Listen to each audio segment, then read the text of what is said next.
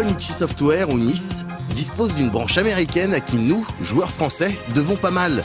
En tout cas, si on apprécie des séries comme Disgaea, Etrian Odyssey, Atelier, Persona ou encore Hyper Dimension Neptunia. Des franchises pas systématiquement synonymes de qualité, mais qui existent et qui ont clairement un public ici, en France. Nommé récemment à la tête de NIS America, Yamashita Takuro s'occupe désormais des marchés européens et américains, et semble prendre son taf à cœur, puisqu'il voyage régulièrement dans ces régions. Et c'est justement au cours de l'une de ses visites que nous avons pu le rencontrer et lui poser quelques questions, à commencer par la politique de NIS America concernant les jeux qu'ils éditent. We try, best to, introduce our headquarter titles, as much as possible. It depends on, we have 38 people in America, and first, we test the game. This is acceptable, it will, work in, the game will work, in US or EU market.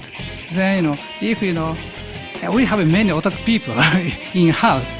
If they like it, and, under commercial point of view, this could be successful. Sometimes it's a kind of gamble, but, if, our, employee and, our staff, and sometimes we do focus group on titles, and otaku people like that game. We are very happy to bring that title to Western market. Yeah, that's the bottom line. Les titres dont NIS America a eu la charge partagent pour l'écrasante majorité un point commun. Ils peuvent tous être qualifiés de jeux de niche. Que ce soit pour les tactiques type Disgaea ou Makai Kingdom avec leur profondeur quasi infinie, ou encore les Hyper Dimension Neptunia et leur dimension ecchi très marquée, Nippon-ichi America a coutume de travailler avec des studios qui développent des jeux destinés à un public certes restreint, mais manifestement fidèle. Un constat avec lequel Yamashita-san semble être d'accord.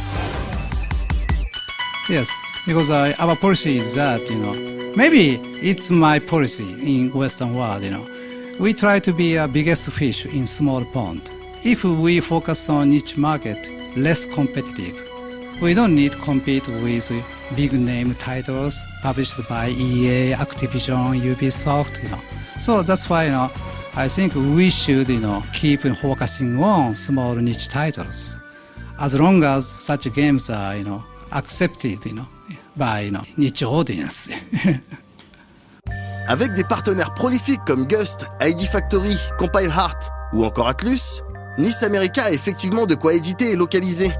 Les marchés américains et européens ont ainsi pris de plus en plus d'importance dans les affaires de NIS, jusqu'à en être les principales sources de revenus.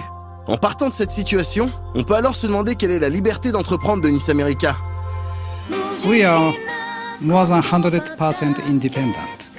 Yes, no big influence and no order from headquarters. Because we are earning much more money than our headquarters business point of view. And our, talking about our lineups of game, video game and handheld game, 30% of our revenue, only 30%, come, from headquarter titles. But the other 70%, come from non-NISA titles, such as Spike Chunsoft title and the Kadokawa games, the titles of Kadokawa games and Mages and Idea Factory and Gust. We rely 70% on other companies' title. So that's why we are kind of independent. So our headquarters cannot touch our activity. NIS America semble donc bien se débrouiller, en tout cas pour le moment. En revanche, même si la philosophie du gros poisson dans la petite mare tient la route, NIS America sait tout de même faire preuve d'ambition, comme le montrent ses plans pour les années à venir. So far, until last year, we've been focusing on PS Vita titles. Like I said, our policy become biggest fish in small pond, less competitive market.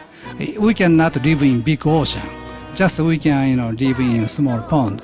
And but it's very difficult to keep expanding in our business for next 5 years to come. So our plan is that nowadays PC market so consisting of mostly Steam. We focus on Steam business as long while we keep selling package title using traditional retail channel, and but we will not newly develop Steam title. We have a lots of greatest assets, all the titles for the format of PS3 and the PS Vita, whatever. We port those titles for Steam version. Of course, the size of screen of PS Vita is very small, so graphic-wise we need to enhance the graphic quality for PC screen size, and it costs us a lot. But there is a huge market for Steam. Our plan is focusing on Steam business. We have a NISA online store in the US. Our US revenue out of 30% of our revenue come from the sales of e-commerce, selling products through our own online store. So niche game fans has a big attachment to premium edition. So game with art book, soundtrack CD, and they are all contained in fancy outer box.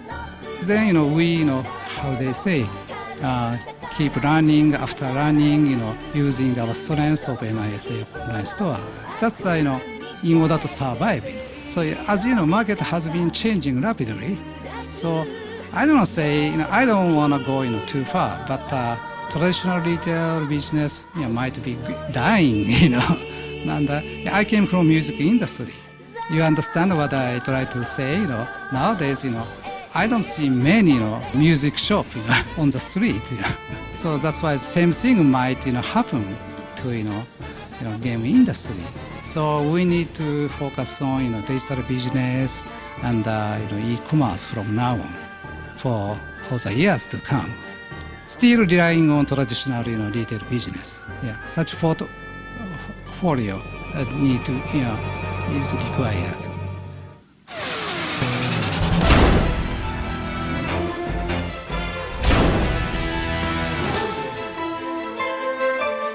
On ne sait pas si l'expérience de Nice America sur Steam ou sa réflexion sur le marché du dématérialisé portera ses fruits. On apprécie juste l'honnêteté des réponses du boss et on souhaite à sa boîte de continuer à fournir leur dose de jeux de niche aux joueurs dont c'est le trip.